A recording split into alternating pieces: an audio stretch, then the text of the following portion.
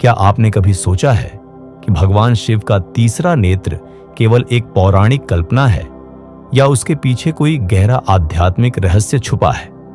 बचपन से हम सुनते आए हैं कि जब शिवा का तीसरा नेत्र खुलता है तो प्रलय हो जाती है, अग्नि प्रकट होती है और सब कुछ भस्म हो जाता है। लेकिन यदि हम इस कथा को केवल बाहरी विनाश के रूप में देखें तो शायद हम उसके असली अर्थ को खो देते हैं। शिव को त्रिनेत्रधारी कहा गया है। 2 नेत्र संसार को देखने के लिए और तीसरा नेत्र सत्य को देखने के लिए। 2 आंखें रूप, रंग और आकार को देखती हैं, पर तीसरा नेत्र चेतना, ऊर्जा और वास्तविकता को देखता है। यह नेत्र हर समय खुला नहीं रहता और यही सबसे बड़ा संकेत है। यह शक्ति संयमित है, नियंत्रित है और केवल तब प्रकट होती है जब संतुलन बिगड़ता है। कामदेव की कथा में जब शिव का ध्यान भंग किया गया और उन्होंने तीसरा नेत्र खोला तो कामदेव भस्म हो गए।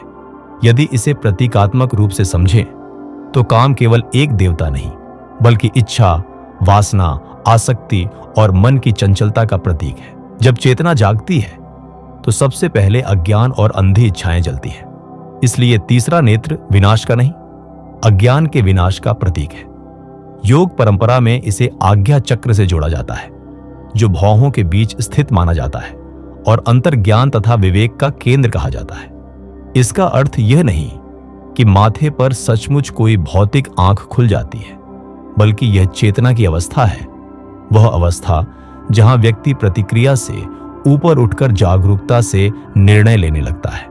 जब हम बिना सोचे प्रतिक्रिया देते हैं तो हम 2 आंखों से देख रहे होते हैं। जब हम ठहरकर, समझकर और विवेक से निर्णय लेते हैं तब मानो तीसरा नेत्र सक्रिय होता है। शिवा पुराना में शिव को संहारक कहा गया है, पर संहार का अर्थ केवल नाश नहीं बल्कि रूपांतरण भी है। अग्नि पुराने को जलाती है ताकि नया जन्म ले सके। उसी प्रकार तीसरे नेत्र की अग्नि अहंकार, भ्रम और मोह को जलाती है ताकि व्यक्ति मुक्त हो सके। आज की दुनिया में जानकारी बहुत है पर स्पष्टता कम है, संपर्क बहुत है पर सच्चा संबंध कम है, उपलब्धियां बहुत हैं पर शांति कम है। क्या यह अज्ञान की ही एक अवस्था नहीं? शायद यही कारण है कि शिव का तीसरा नेत्र आज भी प्रासंगिक है, क्योंकि यह हमें याद दिलाता है कि असली युद्ध बाहर नहीं, भीतर है।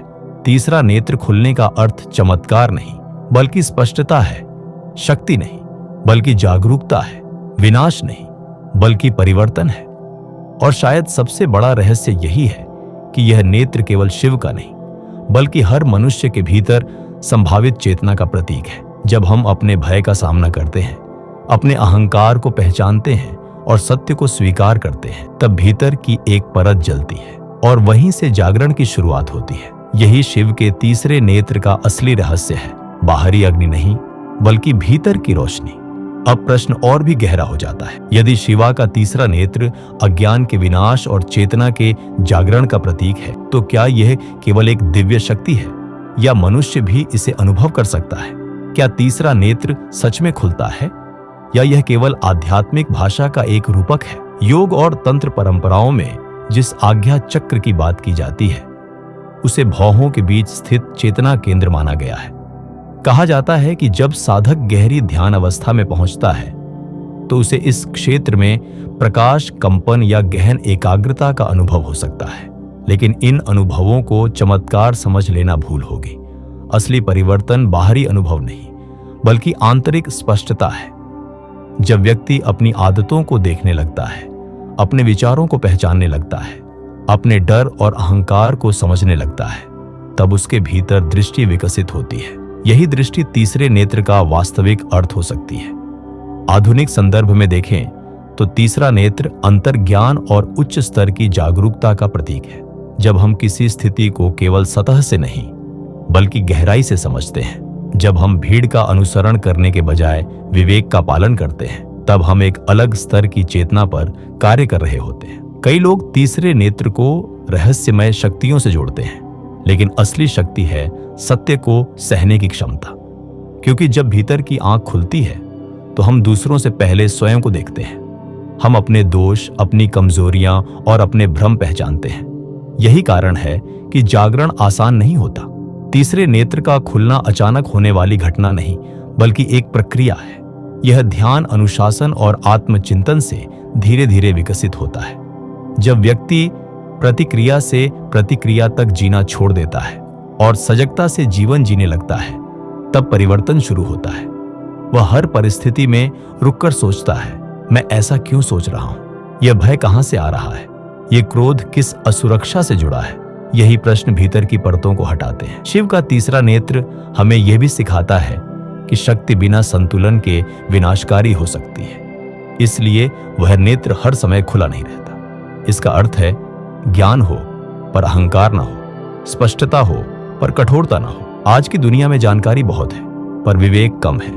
यदि विवेक की तलवार ना हो तो सूचना भ्रम बन जाती है। इसलिए तीसरे नेत्र का असली अर्थ है विवेक की जागृति। जब व्यक्ति अपने भीतर संतुलन स्थापित करता है तो उसकी दृष्टि बदल जाती है। वही परिस्थिति जो पहले संकट लगती थी अब सीख बन जाती है। वही व्यक्ति जो पहले शत्रु लगता था अब शिक्षक प्रतीत होता है। यही चेतना का परिवर्तन है। तीसरा नेत्र बाहरी चमत्कार नहीं बल्कि आंतरिक क्रांति है। और शायद सबसे महत्वपूर्ण बात यह तौनते यह यात्रा अकेले की जाती है। कोई और आपके लिए आपका तीसरा नेत्र नहीं खोल सकता। गुरु दिशा दिखा सकता है, ग्रंथ प्रेरणा दे सकते हैं, पर देखना आपको स्वयं ही होगा। जब आप अपने भीतर के अंधकार को स्वीकार करते हैं तभी प्रकाश प्रकट होता है। तो क्या तीसरा नेत्र सच में खुल सकता है? यदि इसे भौतिक आंख समझेंगे तो नहीं, यदि इसे चेतना की जागृति समझेंगे तो हाँ। और जब यह जागृति आती है तो जीवन पहले जैसा नहीं रहता, क्योंकि तब आप केवल दुनिया को नहीं देखते, आप स्वयं को भी देखने लगते हैं। अब सबसे महत्वपूर्ण प्रश्न यह है, यदि तीसरा नेत्र केवल प्रतीक नहीं बल्कि चेतना की अवस्था है तो जब यह जागता है तब वास्तव में क्या बदलता है? क्या व्यक्ति अलौकिक शक्तियों से भर जाता है? क्या वह भविष्य देखने लगता है? या परिवर्तन कुछ और ही होता है, अधिक सूक्ष्म लेकिन अधिक गहरा? जब शिवा के तीसरे नेत्र की बात की जाती है तो हमें याद रखना चाहिए कि वह अग्नि केवल विनाश की नहीं, स्पष्टता की अग्नि है। और जब जीवन में स्पष्टता आती है तो सबसे पहले भ्रम टूटते हैं। व्यक्ति दूसरों को दोष देना कम कर देता है और स्वयं को देखना शुरू करता है। वह समझने लगता है कि उसके दुख का बड़ा हिस्सा बाहरी परिस्थितियों से नहीं बल्कि उसकी अपनी प्रतिक्रियाओं से जुड़ा है।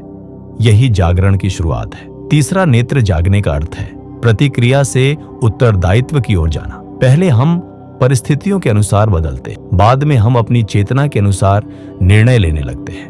पहले क्रोध स्वतः आता है, बाद में हम उसे आते हुए देख लेते हैं। पहले भय हमें नियंत्रित करता है, बाद में हम भय को पहचान कर भी आगे बढ़ते हैं। ये कोई चमत्कार नहीं बल्कि परिपक्वता है।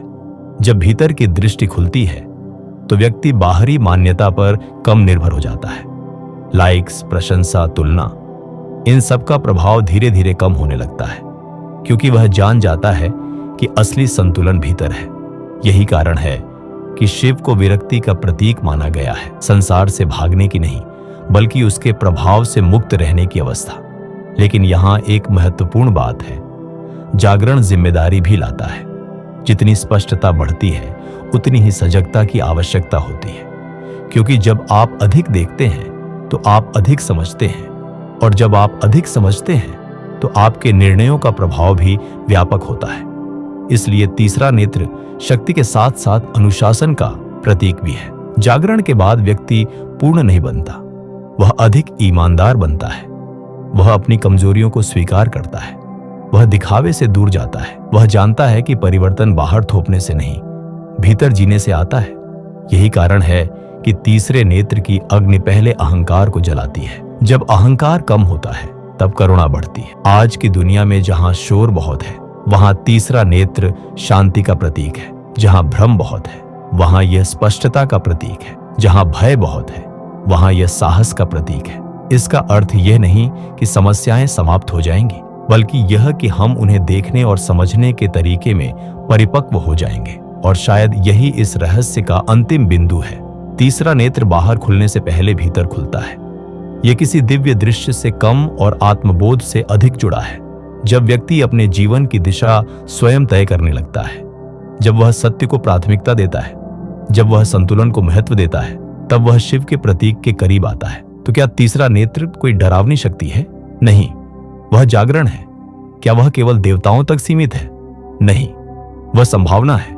क्या वह विनाश है? नहीं, वह रूपांतरण है। और अंत में सबसे बड़ा प्रश्न आपके लिए, यदि आपके भीतर भी वह संभावना है तो क्या आप उसे जागृत करने का साहस रखते हैं? क्योंकि जब चेतना जागती है तो जीवन बदलता है, धीरे धीरे लेकिन हमेशा के लिए। यही है भगवान शिव के तीसरे नेत्र का असली रहस्य।